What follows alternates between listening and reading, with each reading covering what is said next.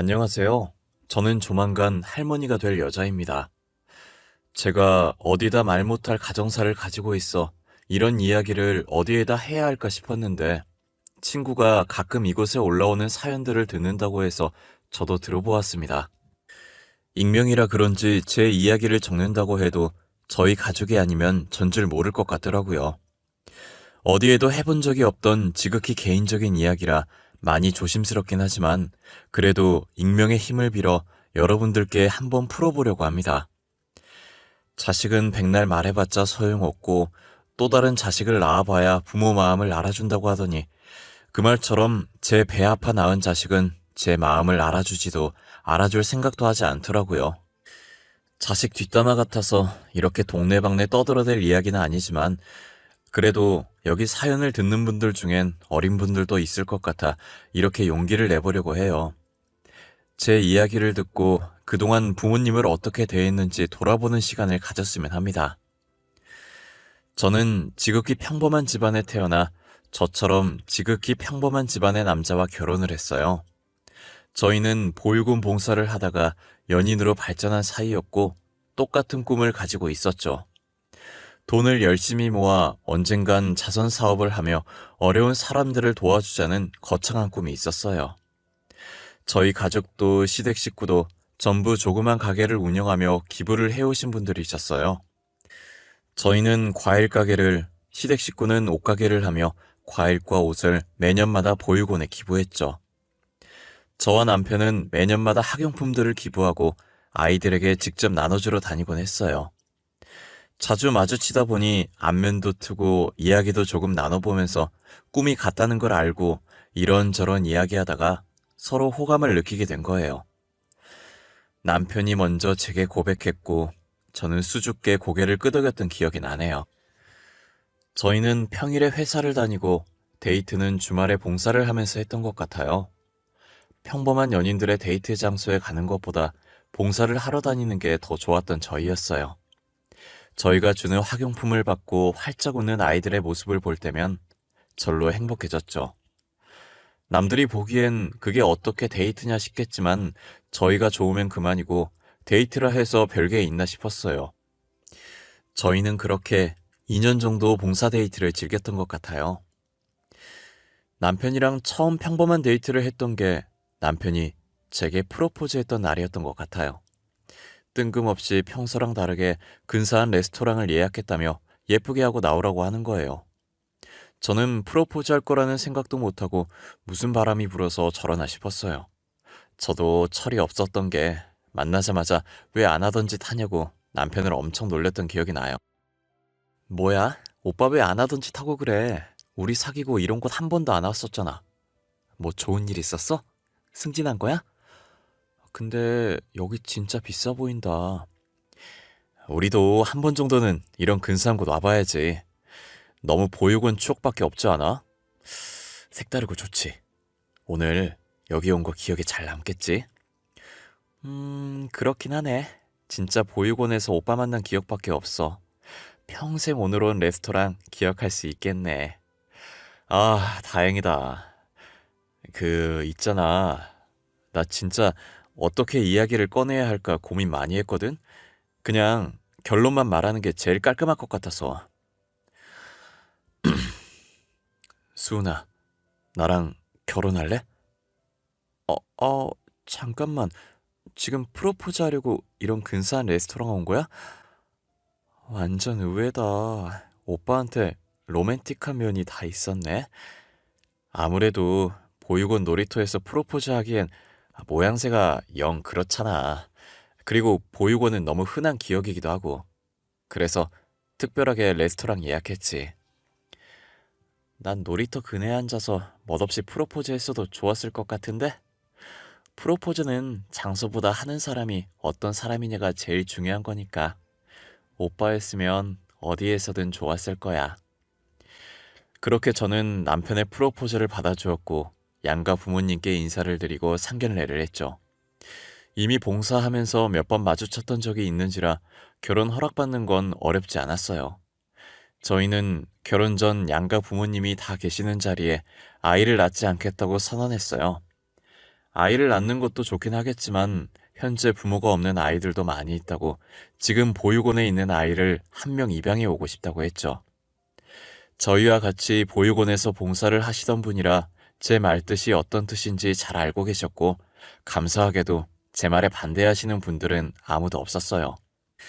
저희는 신혼을 조금 즐기다가 결혼한 지 2년이 지난 뒤 저희가 다니는 보육원에서 5살짜리 여자아이를 입양해 왔어요.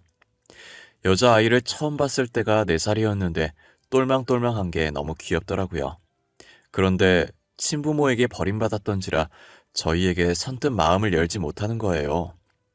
저희는 바로 집으로 데리고 오고 싶었지만 아이의 마음이 더 중요했기 때문에 보육원에서 1년 동안 얼굴 익히고 마음을 열 때까지 기다려줬어요. 그래도 집으로 온 아이는 저희에게 엄마 아빠라고 곧잘 얘기하더라고요. 처음으로 누군가에게 엄마라는 소리를 들으니 가슴이 벅차오르는 거예요.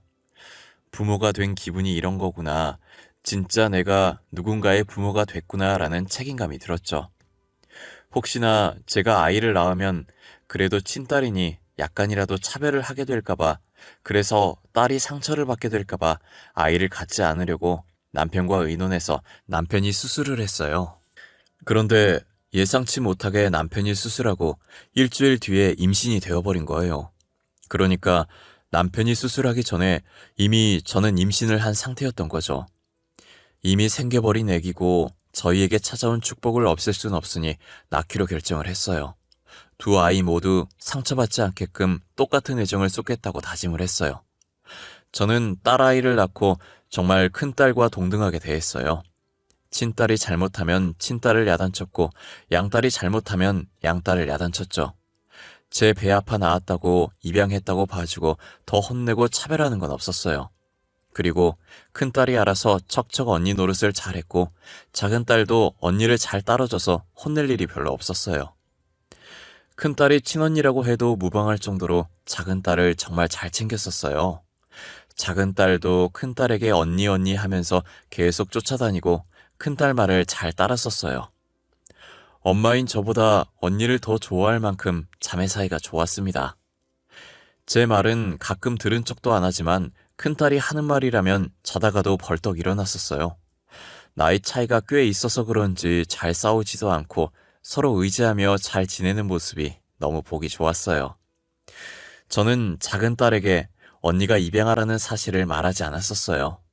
사춘기 때까지는 언니가 입양하라는 사실을 알게 되면 배신감을 느껴 삐뚤어질 것만 같았거든요. 그래서 사춘기를 지나고 어느 정도 생각이 깊어질 때쯤 차차 이야기를 꺼내보려고 했어요. 그런데 어쩌다 작은딸이 중학생 때 자신의 언니가 입양아였다는 사실을 알게 된 거예요. 작은딸이 손톱깎이를 찾길래 제가 그때 화장실 청소 중이라 못 나가서 안방 화장대 서랍에서 찾아보라고 했죠. 첫 번째 칸에 있다고 했는데 안 보였는지 마지막 서랍까지 열어서 다 뒤져본 거예요. 한참을 찾다가 마지막 서랍 제일 안쪽에 있던 큰딸의 입양 서류를 작은딸이 발견하게 된 거죠. 지금 생각해도 귀가 아픈데 서류를 발견한 순간부터 소리 지르고 난리도 아니었어요. 엄마, 이게 다 뭐야? 저 언니 내 친언니 아니었어? 진짜 입양아야? 나 그동안 친언니도 아닌 사람한테 언니 언니 한 거야? 너 그게 지금 무슨 말버릇이야? 내가 너 그렇게 가르쳤어? 그리고 호적에 언니라고 되어 있잖아. 그럼 언니지. 뭐가 문제야?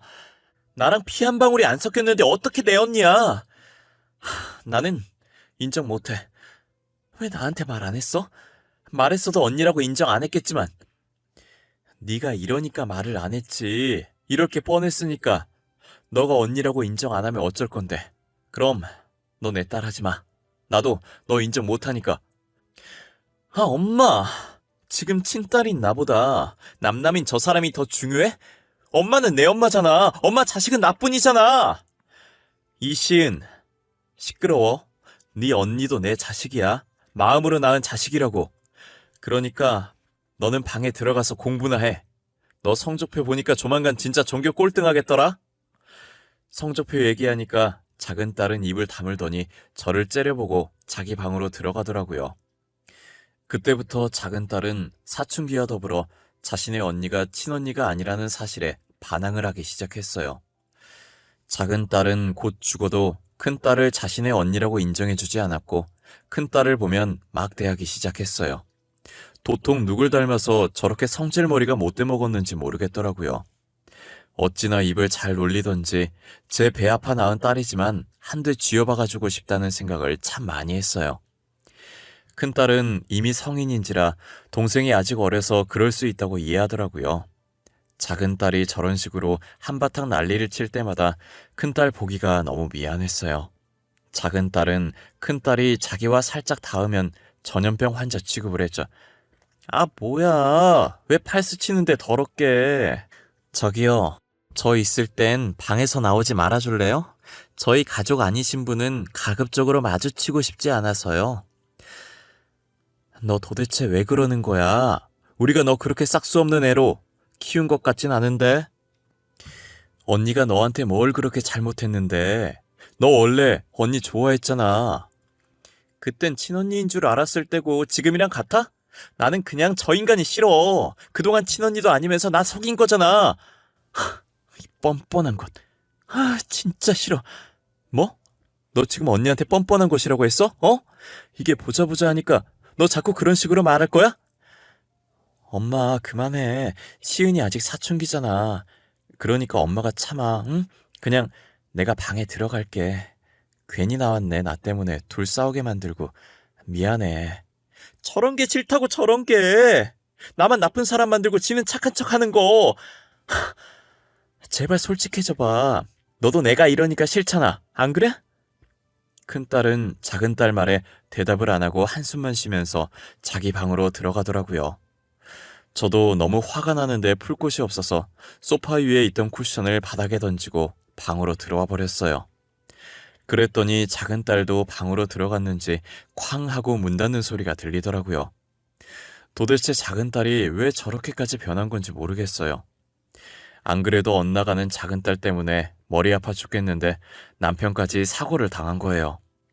남편이 횡단보도를 걷고 있었고 운전자는 심정지가 와서 멈추지 못하고 남편을 덮친 거예요. 불행 중 다행으로 다리를 제외하고는 별다르게 크게 다친 곳이 없었어요. 그런데 한쪽 다리를 너무 심하게 다쳐서 수술을 해도 평생 절뚝거리면서 살아야 한다더라고요. 그래도 남편이 긍정적인 사람이라 한쪽 다리는 멀쩡해서 다행이라고 하는 거예요. 저는 일을 하러 가야 했기 때문에 남편 병간을 못 해줬는데 대학생인 큰딸이 방학이라 저를 대신해서 하루 종일 남편 옆에서 병간호를 해줬어요. 똑같이 방학인 작은딸은 귀찮다며 집 밖을 안 나오려고 하는 거예요. 아버지가 다쳤는데 딸이 이러고 있는 게 말이 되냐고 한 소리 하니 궁시렁궁시렁거리며 병실에 오긴 했는데 와서도 다친 아버지 걱정은 안 하고 휴대폰으로 게임만 하더라고요. 이미 저와 남편은 큰딸을 더 친딸처럼 생각하고 작은딸은 포기한 지 오래였어요.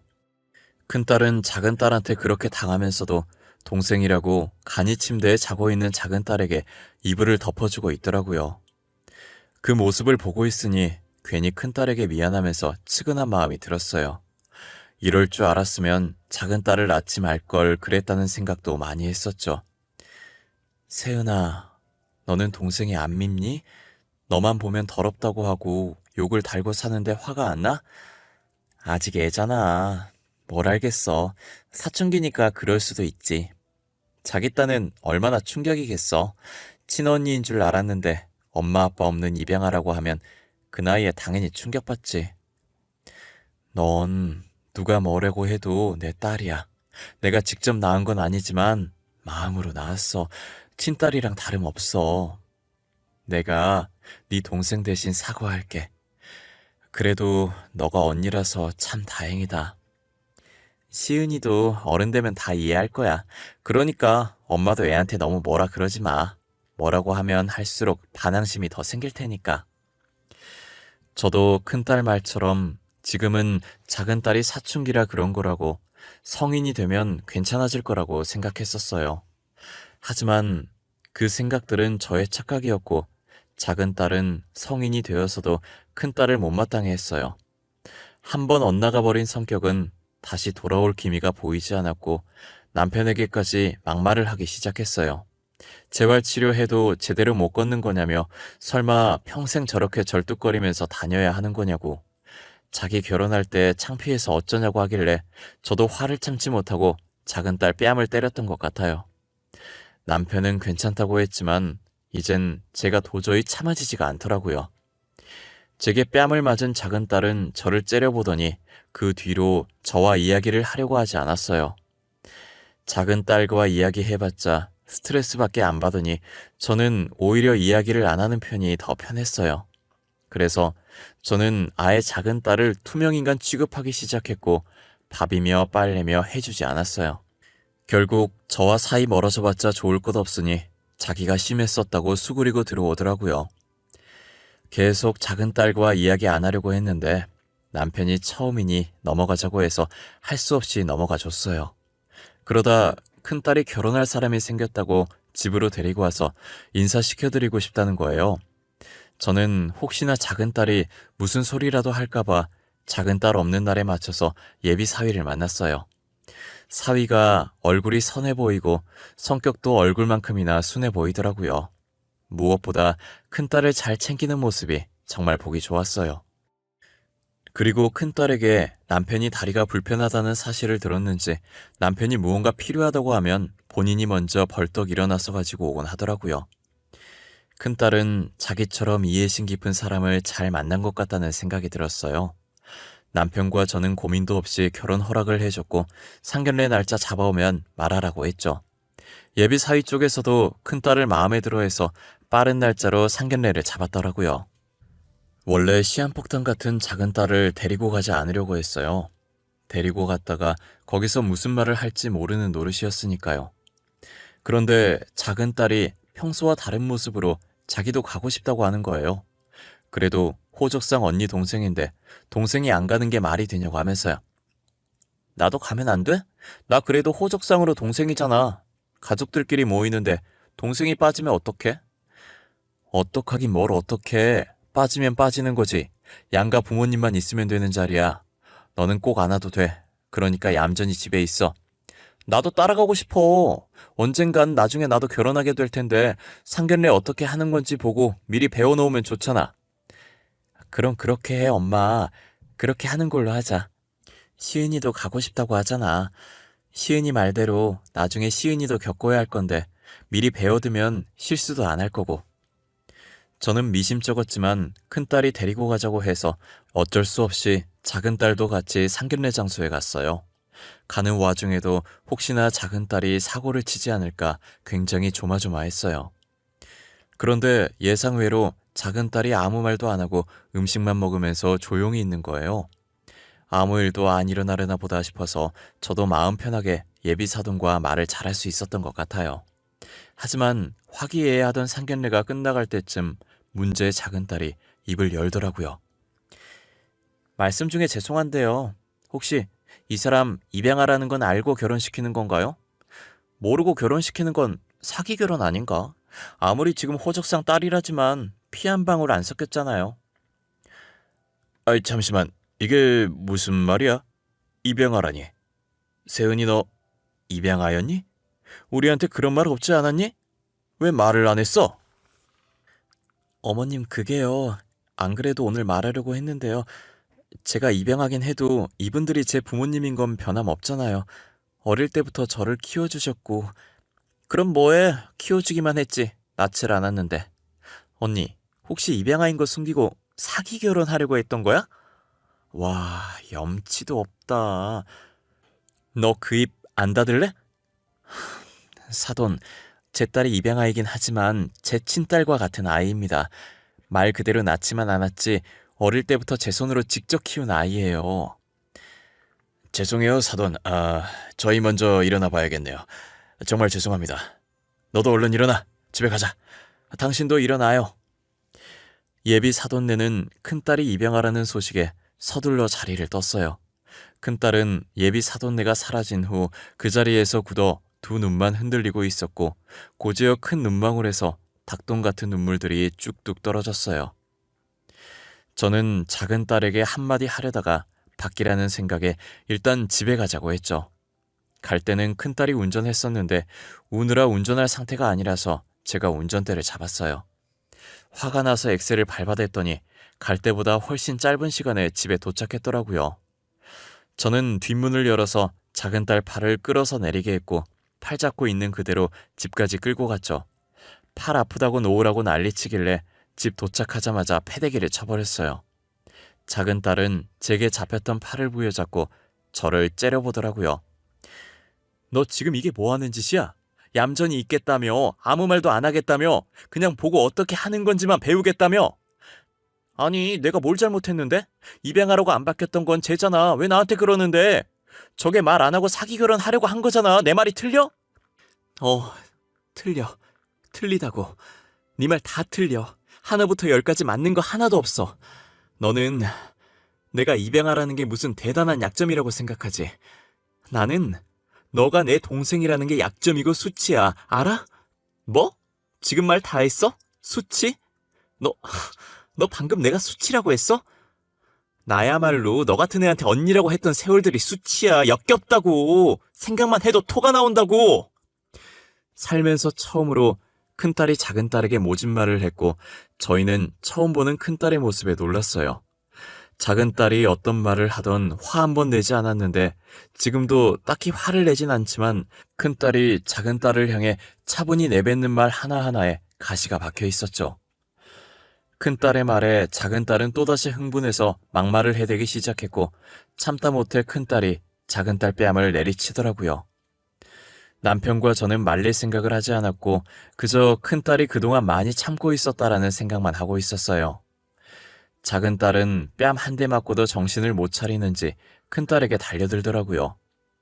누구 피 받았을지도 모르는 천한 사람이라고 더럽다고 하는데 듣다가 도저히 안 되겠어서 저는 작은딸 방에 들어가 짐을 싼 뒤 가방을 집 밖으로 던져버렸어요.